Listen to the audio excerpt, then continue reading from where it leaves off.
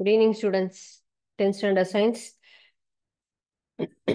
Today's lesson is physics part 4th lesson, electricity. மின்னோட்டவியல் அப்படிங்கிற பாடம் தான் இன்னைக்கு பார்க்க போறோம்.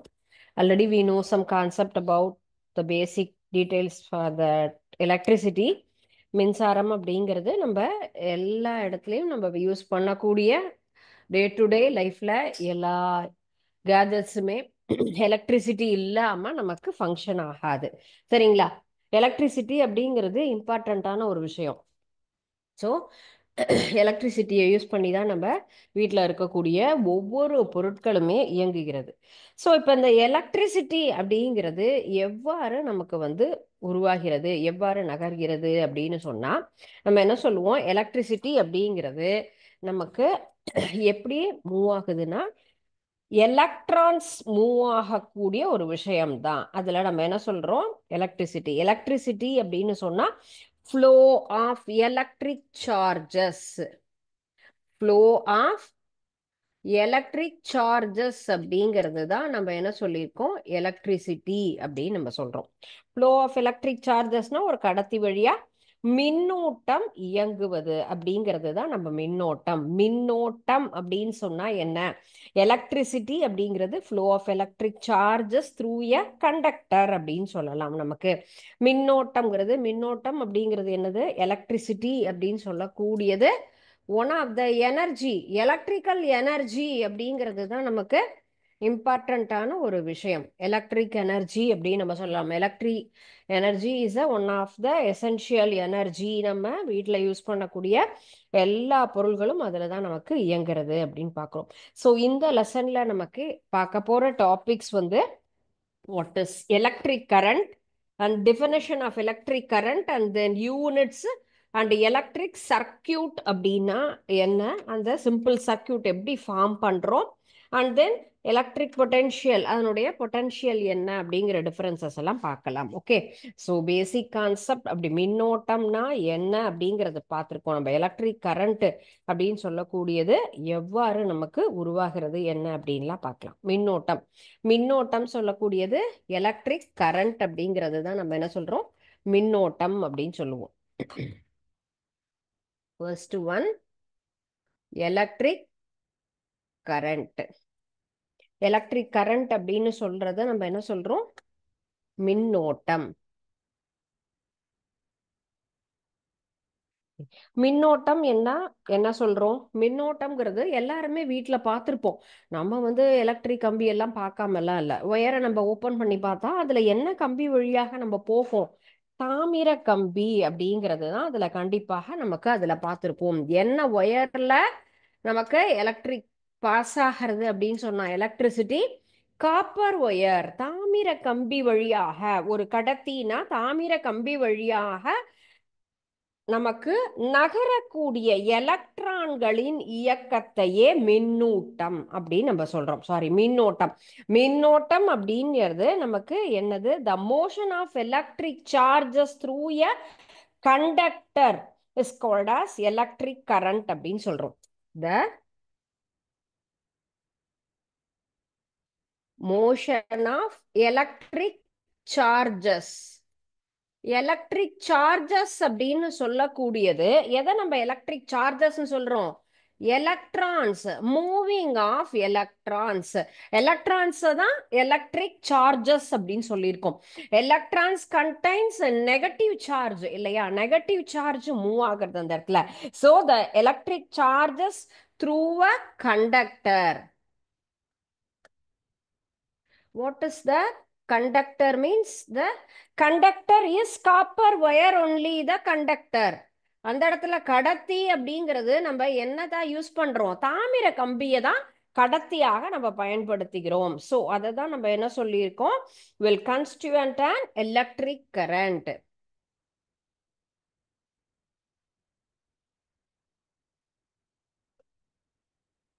So what is electric current அப்படின்னு சொன்னா அதற்கு உண்டான explanation motion of electric charges through a conductor will constitute an electric current. ஒரு கடத்தி வழியாக பாயும் மின்னூட்டங்களின் இயக்கமே நம்ம என்ன சொல்லியிருக்கோம், மின்னோட்டம் அப்படின்னு நம்ம சொல்றோம்.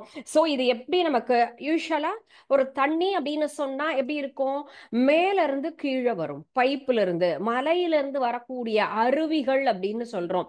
அது எப்படி இருக்கு அதனுடைய ஃப்ளோ அப்படின்னு சொன்னா, அது நமக்கு வந்து பிரஷர் அதிகமாக இருக்கக்கூடிய இடத்திலிருந்து குறைந்த பிரஷர் இருக்கக்கூடிய இடத்திற்கு வரும் இல்லைங்களா.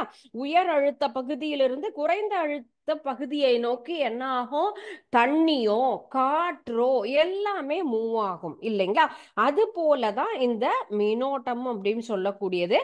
இந்த மின்னோட்டத்தினுடைய திசை என்பது எலக்ட்ரானின் திசைக்கு எதிர் திசையில் உயர்ந்த மின்னழுத்தத்திலிருந்து நமக்கு என்ன ஆகும், குறைந்த மின்னழுத்தத்திற்கு நமக்கு நகரும். நேர்முனையிலிருந்து குறைந்த மின்னழுத்தத்தில் இருக்கக்கூடிய எதிர்மின் வழியாக நமக்கு நகரக்கூடிய ஒரு விஷயம் அப்படின்னு எடுத்துக்கலாம். So same concept, electric current passes from positive terminal to the negative terminal அப்படின்னு எடுத்துக்கலாம். தட் இஸ் ஹையர் எலக்ட்ரிக் பொட்டன்ஷியல்ல இருந்து லோவர் எலக்ட்ரிக் பொட்டன்ஷியலுக்காக என்ன அந்த திசையை நோக்கி நமக்கு என்ன ஆகும், இந்த கரண்ட் அப்படிங்கிறது நமக்கு பாஸ் ஆகும். How the current is flow அப்படின்னு நம்ம கேட்டா அதற்கு நம்ம என்ன எக்ஸ்பிளனேஷன், எலக்ட்ரிக் கரண்ட் அப்படிங்கும் போது நம்ம இந்த ஒரு டெஃபினேஷன் இந்த கான்செப்ட் நம்ம என்ன பண்ணிக்கலாம், அண்டர்ஸ்டாண்ட் பண்ணிக்கலாம். நெக்ஸ்ட் ஒன் எப்படி பாஸ் ஆகுது அப்படின்னு சொன்னா, electric current passes from the positive terminal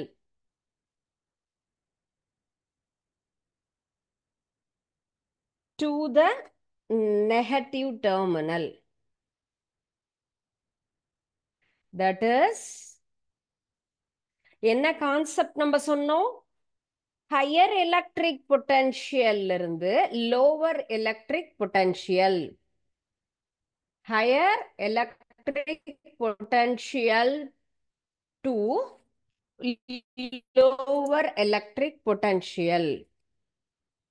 So this is the right way of electric charges moving. Electric charges எப்படி மூவ் ஆகும், ஹையர் எலக்ட்ரிக் பொட்டன்ஷியல்ல இருந்து லோவர் எலக்ட்ரிக் பொட்டன்ஷியலுக்கு நகரக்கூடிய ஒரு விஷயமே நம்ம எப்படி எலக்ட்ரிக் கரண்ட் ஆகப்பட்டது எவ்வாறு நகர்கிறது, மின்னோட்டத்தின் திசை எலக்ட்ரானினுடைய திசைக்கு எதிர் திசையில் அமையும் அப்படிங்கும்போது உயர்ந்த மின்னழுத்தத்தில் உள்ள நேர்முனையிலிருந்து குறைந்த மின்னழுத்தத்தில் இருக்கக்கூடிய எதிர்முனையை நோக்கி நகரக்கூடிய ஒரு அமைப்பு, அதுதான் positive terminal to negative terminal அப்படின்னு நம்ம சொல்றோம். சோ மின்னோட்டம் அப்படின்னு சொன்னா ஒரு கடத்தியில் நமக்கு என்ன ஆகும், மின்னூட்டங்கள் நகரக்கூடிய இயக்கத்தையே மின்னோட்டம் அப்படின்னு நம்ம சொல்றோம்.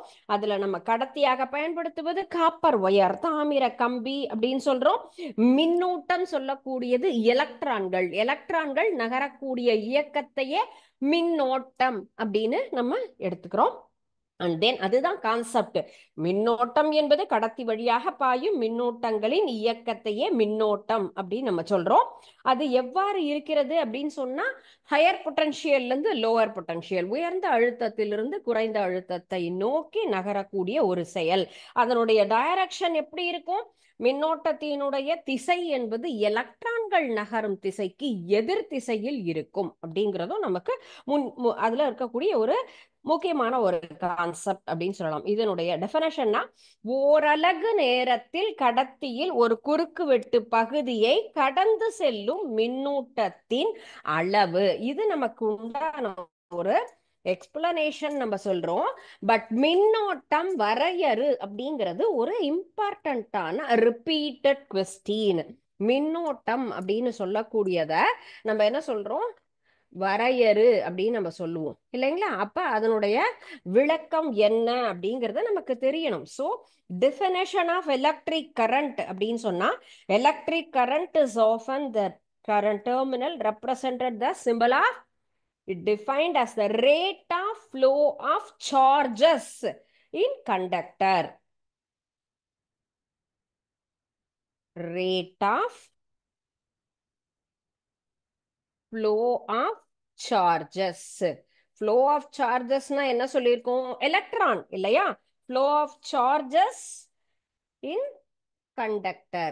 கண்டக்டர் அப்படின்னு சொல்லக்கூடியது காப்பர் ஒயர். ஸோ இதுதான் the rate of flow of charges in conductor is called as electric current. electric current உடைய definition என்ன அப்படின்னு நம்ம கேட்டாங்கன்னா இதுதான். electric current represents the amount of charges flowing a section of a conductor. அது என்ன wire? நம்ம காப்பர் ஒயர் அப்படின்னு நம்ம எடுத்துக்கலாம். ஸோ இந்த இடத்துல என்ன சொல்றோம்? Q அப்படின்னு சொல்லக்கூடிய அதுல இருக்கக்கூடிய அந்த கண்டக்டர் டைம் T அப்படின்னு நம்ம ரெப்ரசன்ட் பண்ணலாம். ஸோ இதை நம்ம எப்படி கால்குலேட் பண்றோம்னா இதனுடைய ஃபார்முலா I அப்படின்னா கரண்ட் ரெப்ரசன்ட் பண்ணுவோம், Q by T அப்படிங்கிறது தான் இதனுடைய ஃபார்முலா. ஓகே, ஒரு கடத்தியினுடைய குறுக்குவெட்டு பகுதி வழியாக எந்த அளவு மின்னோட்டம் அப்படின்னு சொன்னா Q அளவு மின்னோட்டம், எவ்வளவு நேரத்தில் அப்படிங்கிறத டைம் அப்படின்னு நம்ம சொல்லலாம். ஸோ அதை கரண்ட் அப்படிங்கிறத நம்ம எப்படி கால்குலேட் பண்ணலாம்?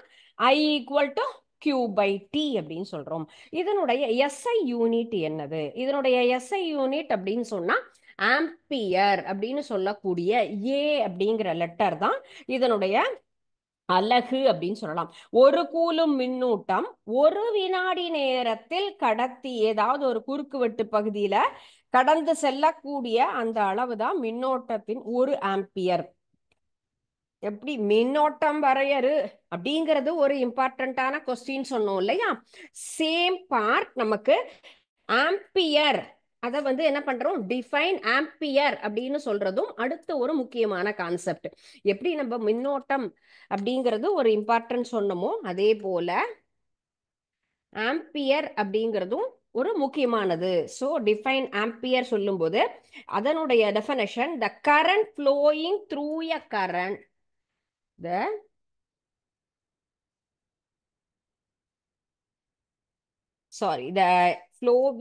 the current flowing conductor என்ன எதன் வழியாக நமக்கு நகர்கிறதோ அதுதான் என்ன சொல்லியிருக்கோம்? எந்த அளவு அது நகர்கிறதோ அதை ஆம்பியர் அப்படின்னு நம்ம சொல்லலாம். The current flowing through a conductor said to be an ampere when a charge of 1 coulomb flows across a section of a conductor in 1 second அப்படிங்கிறதும் நமக்கு அதுல இம்பார்ட்டன்டான ஒரு விஷயம். ஸோ ஒரு கூலும் மின்னோட்டம், ஒரு மின்னோட்டம் என்பது என்னது? ஒரு கூலும் மின்னூட்டம் ஒரு வினாடி நேரத்தில் ஏதாவது ஒரு பகுதியில நமக்கு கடக்கக்கூடிய ஒரு அளவை தான் சொல்றோம். ஸோ ஒரு ஆம்பியர் அப்படின்னு சொன்னா 1 கூலும் by 1 செகண்ட் அப்படின்னு சொல்லலாம். 1 ஆம்பியர் அப்படிங்கிறத நம்ம எப்படி கால்குலேட் பண்ணணும் அப்படின்னு சொன்னா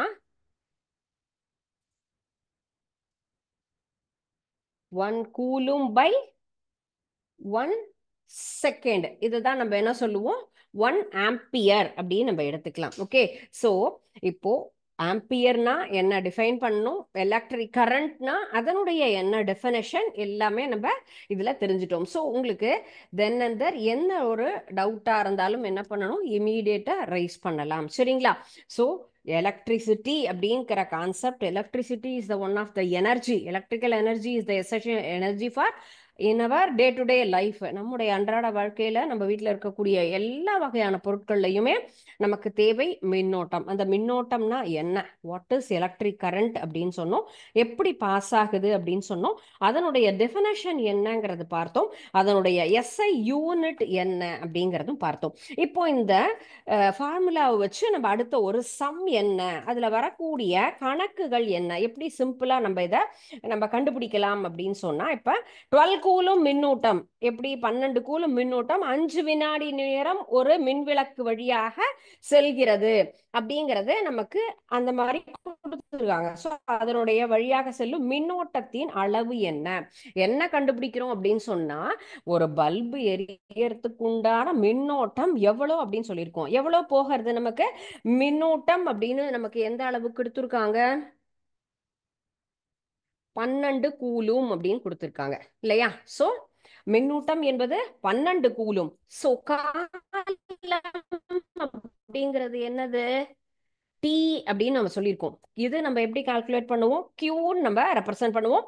காலம் டீங்கிறது 5 வினாடி, 5 செகண்ட்ஸ் அப்படின்னு கொடுத்துருக்காங்க. ஸோ இதை யூஸ் பண்ணி நம்ம இந்த இடத்துல அந்த ஃபார்முலாவை அப்ளை பண்ணி நம்ம இந்த ப்ராப்ளம் சால்வ் பண்ணலாம். I equal to Q by T, இதுதான் நம்ம ஃபார்முலா இல்லையா? ஸோ கியூ அப்படிங்கிறது 12, டீங்கிறது 5, 12 by 5 அப்படிங்கிறது தான் நமக்கு இருக்கக்கூடிய அதில் கொடுத்துருக்கக்கூடிய டேட்டா. ஸோ இப்போ 12 by 12 நம்ம என்ன பண்ணணும்? 12 5ஆல் வகுக்கும் பொழுது ஆன்சர் 2.4, 2.4 ஆம்பியர் மின்னோட்டம் என்பதுதான் அந்த விளக்குல நமக்கு பாஸ் ஆன கரண்ட். நமக்கு 12 கூலும் மின்னோட்டம் 5 வினாடி நேரம் ஒரு மின்சார விளக்குல போகுதுன்னு சொன்னா அதன் வழியாக செல்லும் மின்னோட்டத்தினுடைய அளவு என்ன அப்படின்னு கேட்டிருக்காங்க. 12 coulomb flows through a bulb in 5 seconds. What is the current through the bulb? எவ்வளவு கரண்ட்? ஐங்கிறது என்னது? கரண்ட். எத்தனை கரண்ட் நமக்கு பாஸ் ஆயிருக்கு அப்படின்னு தான் நம்ம என்ன பண்ண போறோம்? கரண்ட் நம்ம கண்டுபிடிக்கிறோம். ஸோ 2.4 ஃபார்முலா ஐயை நம்ம கண்டுபிடிக்கிறதுக்காக கியூ பை டி அப்படிங்கிறது தான். ஸோ 12 அப்படிங்கிறது தான் 12 கூலுங்கிறது தான் அதில் பாஸ் ஆனது. எவ்வளவு நேரம் என்பது 5 செகண்ட். அப்போ 12 by 5 equal to 2.4 ampere is the answer. Okay. So next one is electric circuit. I think இதுவும் நமக்கு வந்து கண்டிப்பா இதுக்கு முன்னாடி கிளாஸஸ்ல ரொம்ப சிம்பிளா எல்லாருமே படிச்சிருப்போம். இப்போ எலக்ட்ரிக் சர்க்கியூட்னா என்னன்னா அதுக்கு ஃப்ரேம் பண்றதுக்கு எதெல்லாம் தேவை, என்ன எசென்ஷியலான ஒரு காம்பனன்ட் நம்ம ஒரு எலக்ட்ரிக் சர்க்கியூட் ஃப்ரேம் பண்ணணும்னா தேவையாக நம்ம பயன்படுத்தணும் அப்படிங்கிறத நம்ம என்ன பண்றோம்? ஒரு சிம்பிள் சர்க்கியூட் அப்படிங்கிறது அது ஈஸியானது, படிச்சது அப்படின்னு சொன்னாலும் ஆனா நம்ம இந்த கிளாஸ்ல நம்ம படிக்கிறோங்கும் போது இதுல நம்ம என்ன பண்ணணும்? கான்சென்ட்ரேட் பண்ணி இன்னும் கொஞ்சம் டீப்பா படிக்கிறோம். சிம்பிள் சர்க்கியூட், எலக்ட்ரிக் சர்க்கியூட் அப்படின்னு சொன்னா க்ளோஸ் கண்டக்டிங் லூப். அது ஒரு மூடிய சுற்று அப்படின்னு சொல்லலாம். ஓப்பன் இல்ல, க்ளோஸ்டு சர்க்கியூட்டா இருக்கு. இந்த இடத்துல நமக்கு எலக்ட்ரிக் காம்பனன்ட்ஸ் எதெல்லாம் தேவை? ஒரு எலக்ட்ரான்ஸ் ஃப்ளோ ஆகணும் அப்படின்னு சொன்னா என்னென்னலாம் தேவை? ஃபர்ஸ்ட் நமக்கு ஒயர், எலக்ட்ரிக் ஒயர் அப்படின்னு நம்ம சொல்றோம். ஸோ இதுல என்னென்ன அப்ளையன்சஸ் இருக்கணும்? எலக்ட்ரிக் சார்ஜஸ் பாஸ் பண்றதுக்கு பேட்டரி, பேட்டரி அப்படிங்கிறது தேவை. ஒயர் அப்படிங்கிறதும் நமக்கு தேவை இல்லையா? ஸோ ஒயர் வேணும், அண்ட் தென் பேட்டரி வேணும், பல்பு வேணும். ஸோ இதை யூஸ் பண்ணி நம்ம சிம்பிளான சர்க்கியூட் அப்படிங்கிறத நம்ம என்ன பண்ணலாம்? ஃப்ரேம் பண்ணலாம். சிம்பிள் சர்க்கியூட்,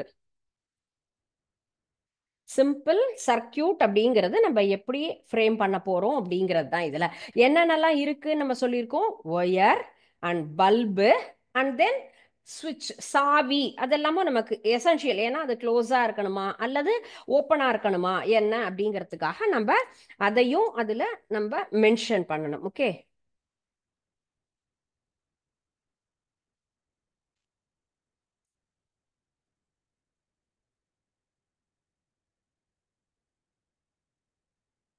நம்ம இதுல அம்மீட்டர், வோல்ட் மீட்டர், அது எல்லாத்தையுமே என்ன பண்ணலாம்? இதுல நம்ம ஜாயின் பண்ணலாம். இதுதான் நம்ம என்ன பண்ண போறோம்? கீ அப்படின்னு நம்ம எடுத்துக்கலாம். கீ நமக்கு ஓப்பனா இருக்கணுமா அல்லது க்ளோஸா இருக்கணுமா என்ன அப்படிங்கிறதும். ஸோ எலக்ட்ரான்ஸ் நமக்கு எப்படி பாஸ் ஆகுது, அதே போல மின்னோட்டம் என்பதும் எவ்வாறு அதுல பாஸ் ஆகுது அப்படிங்கிறதும் நம்ம அந்த இடத்துல மென்ஷன் பண்ண போறோம். ஒரு சிம்பிள் சர்க்கியூட் அப்படின்னு சொல்லும் பொழுது ஒயர், பல்பு, கீ, இது எல்லாமே எசென்ஷியலான ஒரு விஷயம்.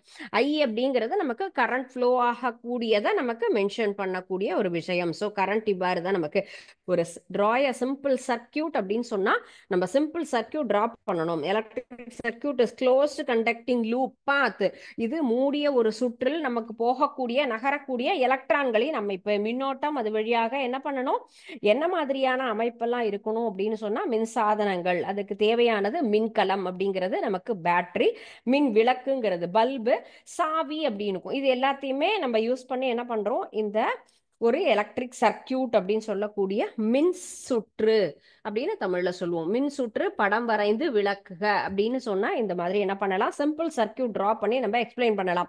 இதுல சாவி நமக்கு என்ன இருக்கு, க்ளோஸா இருக்கும்போது பல்பாகப்பட்டது அழகா எரியும், மின் விளக்காகப்பட்டது எரியும். சாவி ஓப்பனா இருந்தது, இந்த இடத்துல நான் இதை ஓப்பன் பண்ணியிருந்தேன் அப்படின்னு சொன்னா என்ன ஆகும், circuit is open not close. அப்ப இந்த இடத்துல மின் விளக்கு என்பது எரியாது, பல்பு அந்த இடத்துல க்ளோ ஆகாது. ஸோ மின்னோட்டம் செல்வதற்கு என்ன பண்ணணும், எலக்ட்ரான்ஸ் ஃப்ளோ ஆகணும் அப்படின்னு சொன்னா நம்ம இந்த இடத்துல க்ளோஸ் பண்ணியிருந்தா மட்டும்தான் இங்க இந்த சர்க்கியூட் பாத் க்ளோஸ்டா இருக்கும் பொழுது எலக்ட்ரான்ஸ் ஃப்ளோ ஆகும், பல்பும் நமக்கு எரியும். ஸோ அந்த கான்செப்டும் என்ன பண்ணணும், நம்ம அந்த இடத்துல மென்ஷன் பண்ணணும். பிகாஸ் எலக்ட்ரிக் சர்க்கியூட் அப்படின்னு சொல்லும்போது ஸ்விட்ச் ஆன் கண்டிஷன்ல இருக்கணும், அப்பதான் பல்பு க்ளோ ஆகும். ஸ்விட்ச் in off condition the bulb does not glow because the circuit must be closed in that place அப்படிங்கிறத நம்ம பார்க்கலாம். கரண்ட் என்ன ஆகாது, பாஸ் ஆகாது அந்த பிளேசஸ்ல. the potential difference அப்படின்னு சொல்லும்போது flow of charges பொறுத்து நம்ம எடுத்துக்கலாம். so direction of current taken as the direction of flow of positive charge to the opposite to the direction of flow of electrons. இந்த கான்செப்ட் நம்ம என்ன பண்ணிருக்கோம், ஆல்ரெடி படிச்சிருக்கோம். மின்னோட்டத்தின் திசை நேர் மின்னோட்டத்தின் திசையில தான் இருக்கும், எதிர் மின்னோட்டத்தின் திசையில எப்படி இருக்கும், எதிர் திசையில அமைஞ்சிருக்கு அப்படின்னு சொல்லலாம்.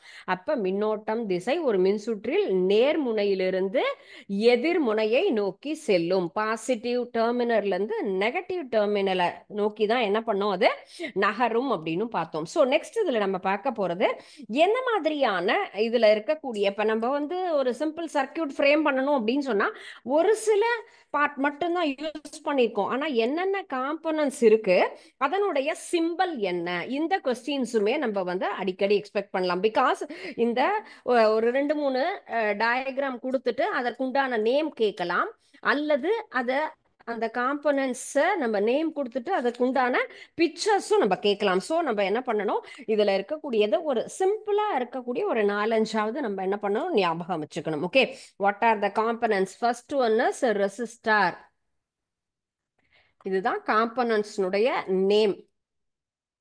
ஸோ அதனுடைய யூசஸ் என்ன அப்படின்னு தெரிஞ்சிருக்கணும், அண்ட் தென் சிம்பிள் என்ன அப்படின்னு நம்ம தெரிஞ்சிருக்கணும். எதுக்காக அதை நம்ம யூஸ் பண்றோம் அந்த காம்பனண்ட்டை, அதனுடைய சிம்பிள் என்ன. ரெசிஸ்டார் அப்படின்னு சொன்னா அந்த இடத்துல நமக்கு அந்த use to fix the magnitude of the current through the circuit. அந்த கரண்ட் ஆகப்பட்டது அந்த மின்னோட்டத்தினுடைய அளவை நமக்கு நிர்ணயம் செய்யறதுக்காகத்தான் இந்த இடத்துல நம்ம என்ன பண்றோம், ரெசிஸ்டார் அப்படிங்கிறத நம்ம யூஸ் பண்றோம். சோ இதனுடைய சிம்பல் அப்படின்னு சொன்னா இதனுடைய சிம்பல்.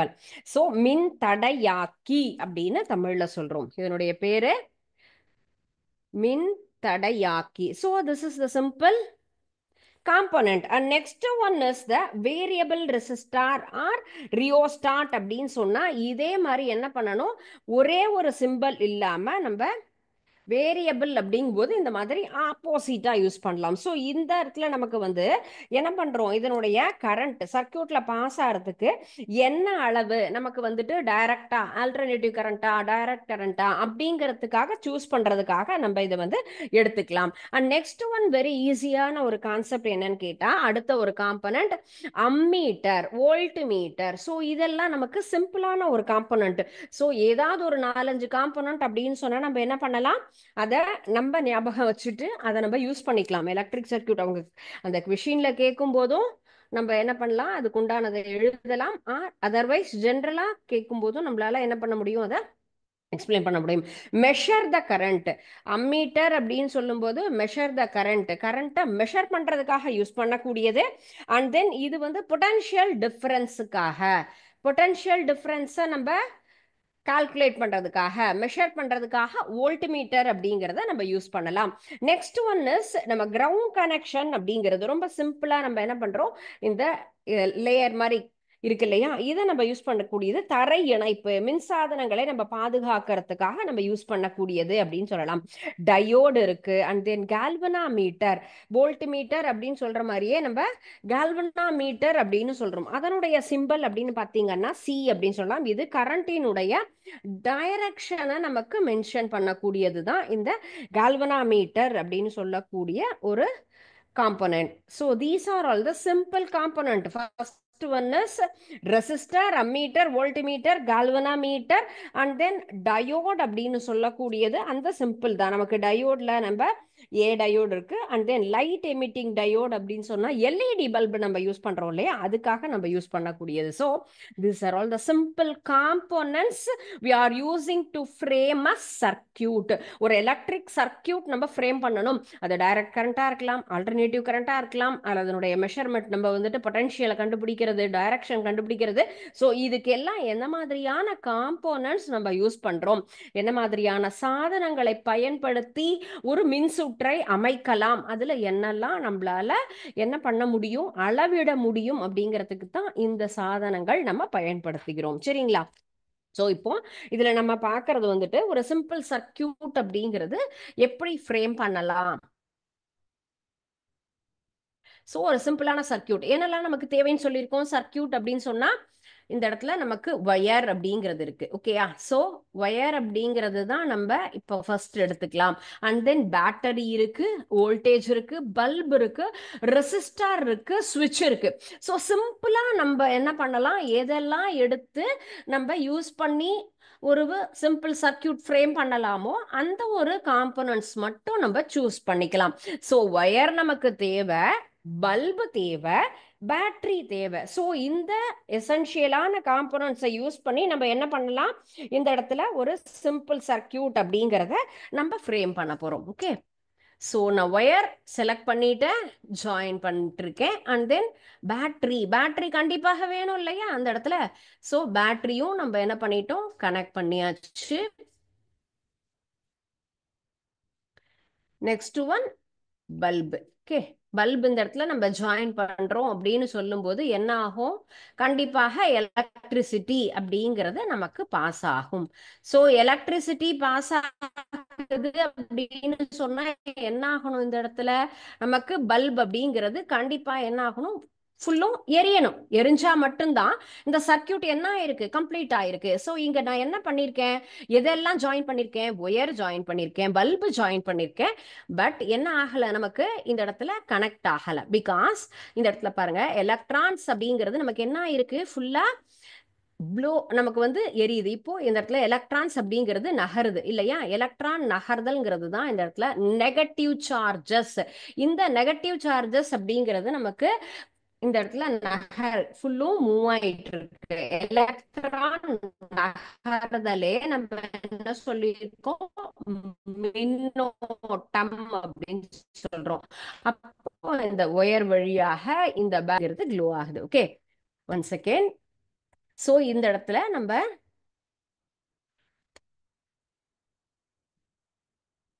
திருப்பியும் மீண்டும் ஒரு முறை நான் உங்களுக்கு செய்யறேன். ஏன் அந்த இடத்துல நமக்கு அந்த எவ்வாறு அதுல வந்து ஏன் அந்த பல்ப் அப்படிங்கிறது கரெக்டா நமக்கு சரியான முறையில் நமக்கு எரியலைன்னா, இப்படி ஒயர் கனெக்ஷன்ங்கிறது கரெக்டா நமக்கு கனெக்டா இருக்கணும். Battery or otherwise bulb each and every part நமக்கு எப்படி இருக்கணும், ப்ராப்பரா ஒன்றோடு ஒன்று இணைந்து இருந்தா மட்டும்தான் என்ன ஆகும், நமக்கு பல்ப் அப்படிங்கிறது அந்த இடத்துல க்ளோ ஆகும். அல்லது அந்த இடத்துல என்ன ஆகாது, பல்ப் என்பது க்ளோ ஆகாது, ஒளிராது. ஏன் அவ்வாறு ஒளிரல அப்படின்னு சொன்னா, இந்த பல்பு நம்ம கனெக்ட் பண்ணும் பொழுது சரியான முறையில நமக்கு வந்துட்டு இந்த இடத்துல இணைப்பு அப்படிங்கிறது இருக்கணும். ஸோ அந்த மாதிரி இணைக்கும் போது தான் என்ன ஆகுது, இந்த மாதிரி சரியான ஒரு க்ளோஸ்டு சர்க்கியூட்டா இருக்கணும். க்ளோஸ்டு சர்க்கியூட்டா இருக்கும் பொழுது நமக்கு கரெக்டான அளவுல கரண்ட் அப்படிங்கிறது நமக்கு பாஸ் ஆகும். பாஸ் ஆகி இந்தியா நமக்கு மின்சாரம் நகர்கிறது, எலக்ட்ரான்கள் நகர்வு நமக்கு மின்னோட்டம் சொல்லியிருக்கோம். மின்னோட்டத்தின் மூலமாக நம்ம இந்த இடத்துல பல்பை என்ன பண்ணியிருக்கோம், ஃபுல்லா க்ளோ ஆகுது, மின் விளக்கு என்பது எரிகிறது. ஸோ சிம்பிள் சர்க்கியூட் அப்படின்னு சொன்னா இந்த 3 காம்போனன்ட்ஸ் இருந்தாலே எசென்ஷியல் போதும். நமக்கு பேட்டரி, எலக்ட்ரான்ஸ் நமக்கு வந்து மின்னோட்டம் கொடுப்பதற்கு, நகர்வதற்கு தாமிர கம்பி இல்லையா இதுல, அண்ட் தென் நமக்கு அந்த இடத்துல மின்னோட்டம் பாயுவதை நமக்கு கரெக்டா மெஷர் பண்றோம், அதை ஃபுல்லும் சக்சஸ் அப்படிங்கிறதுக்காக தான் பல்பை நம்ம என்ன பண்றோம், இந்த இடத்துல ஒளிர வச்சிருக்கோம். So this is the concept of simple circuit அப்படின்னு சொல்றோம். ஓகே, அப்ப நம்ம சிம்பிள் சர்க்கியூட் அப்படிங்கிறது எவ்வாறு நம்ம உருவாக்குறோம், மின்சுற்று என்பது எதெல்லாம் வச்சு நம்ம அந்த இடத்துல ஒரு மின்சுற்றை உருவாக்கலாம் அப்படிங்கறது பார்த்தோம். நெக்ஸ்ட் நம்ம பார்க்க போறது மின் அழுத்தம், மின்னழுத்த வேறுபாடு. மின் அழுத்தம்னா என்னது, மின்னழுத்த வேறுபாடு அப்படின்னு சொல்லக்கூடியது என்ன கான்செப்ட் தான் பார்க்க போறோம். ஓகே,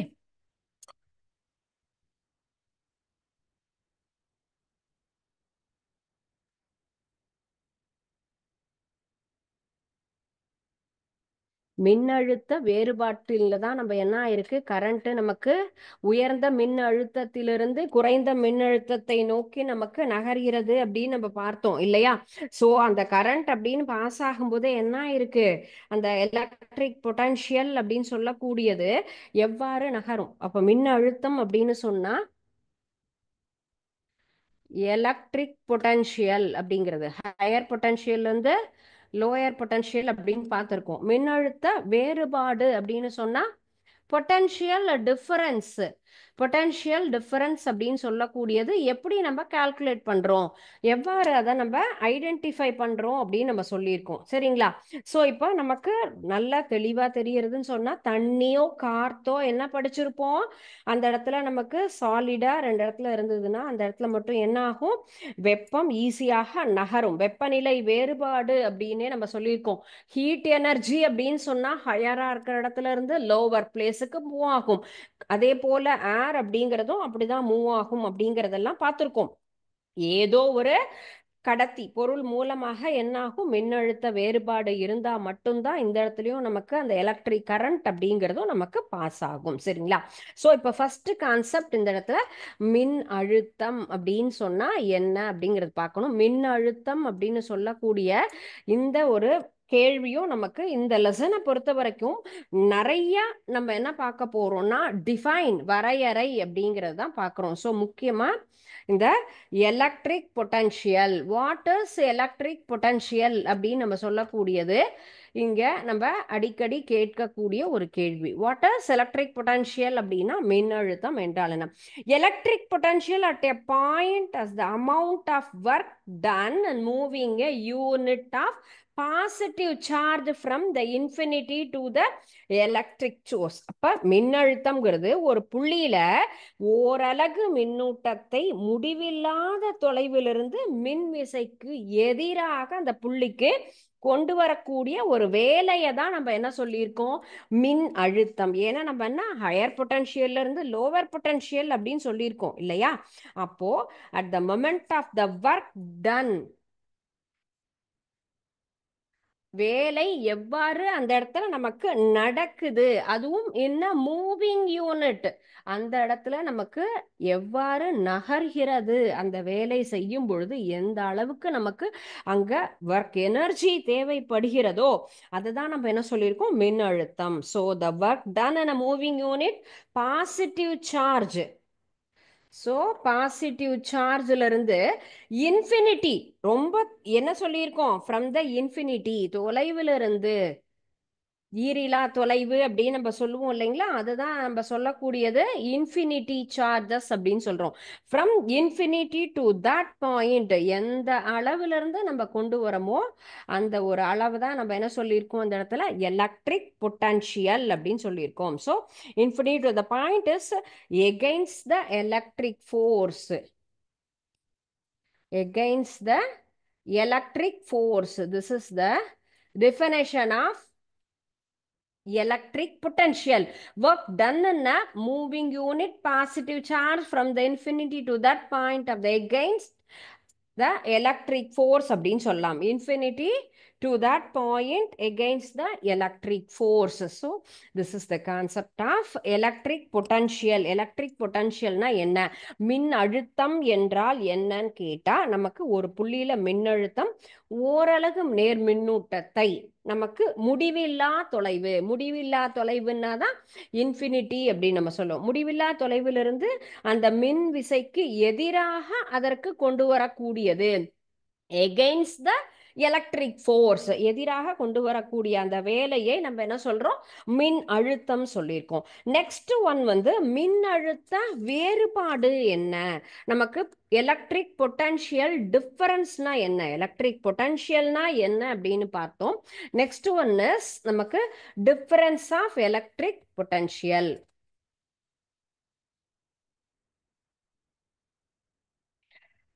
மின்னழுத்த வேறுபாடு, வேறுபாடு அப்படிங்கிறது எவ்வாறு நம்ம என்ன பண்றோம், கால்குலேட் பண்றோம். So difference of electric potential, difference of electric potential சொன்னா ரெண்டு புள்ளிக்கு நடுவுல எவ்வாறு மின்னழுத்த வேறுபாடு, ஒரு புள்ளியில இருந்து அந்த இடத்துல இன்னொரு புள்ளிக்கு நமக்கு எவ்வாறு எலக்ட்ரான்கள் நகர்கிறது அப்படின்னு நம்ம பார்த்தோம். இப்போ ஃபார் எக்ஸாம்பிள் இதுதான் ஒரு பாயிண்ட் அப்படின்னு நம்ம எடுத்துக்கலாம். ஸோ ஏல இருந்து பி பாயிண்ட் கியூ அப்படிங்கிறது மின்னோட்டம் நகர்கிறது அப்படின்னு சொல்றோம். மின்னழுத்தம் என்பது இப்ப கியூங்கிற மின்னூட்டத்தை ஏங்கிற புள்ளியிலிருந்து பிங்கிற புள்ளிக்கு நம்ம நகர்த்துறதுக்கு ஃபுல்லா மூவ் ஆகுது. அப்ப ஏல இருந்து பி நகர்றதுக்கு செய்யக்கூடிய வேலையை நம்ம என்னன்னு சொல்லலாம், டபிள்யூ ஒர்க் அப்படின்னு நம்ம எடுத்துக்கலாம். ஏல இருந்து பிக்கு நடுவில் இருக்கக்கூடிய மின்னழுத்த வேறுபாடு அப்படிங்கிறத எவ்வாறு நம்ம கால்குலேட் பண்றோம். ஸோ இப்போ எலக்ட்ரிக் பொட்டன்ஷியல் அப்படின்னு சொன்னா, இந்த பொட்டன்ஷியல் டிஃபரன்ஸ் அப்படின்னு சொன்னா அதனுடைய வி அப்படின்னு கன்சிடர் பண்றோம். எங்கிருந்து எங்க மூவ் ஆகுது, point from A to B. அப்ப என்ன பண்றோம், எந்த அளவுக்கு ஒர்க் அந்த இடத்துல நடந்திருக்கு, செய்யப்பட்ட வேலை டபிள்யூ அப்படின்னு எடுத்துக்கலாம். என்ன நகர்கிறது, மின்னூட்டம். அப்ப அதை கியூ அப்படின்னு நம்ம கன்சிடர் பண்றோம். So V equal to W by Q அப்படிங்கிறது தான் நம்ம பொட்டன்ஷியல் டிஃபரன்ஸை கண்டுபிடிக்கிறதுக்காக நம்ம யூஸ் பண்ணக்கூடிய ஃபார்முலா.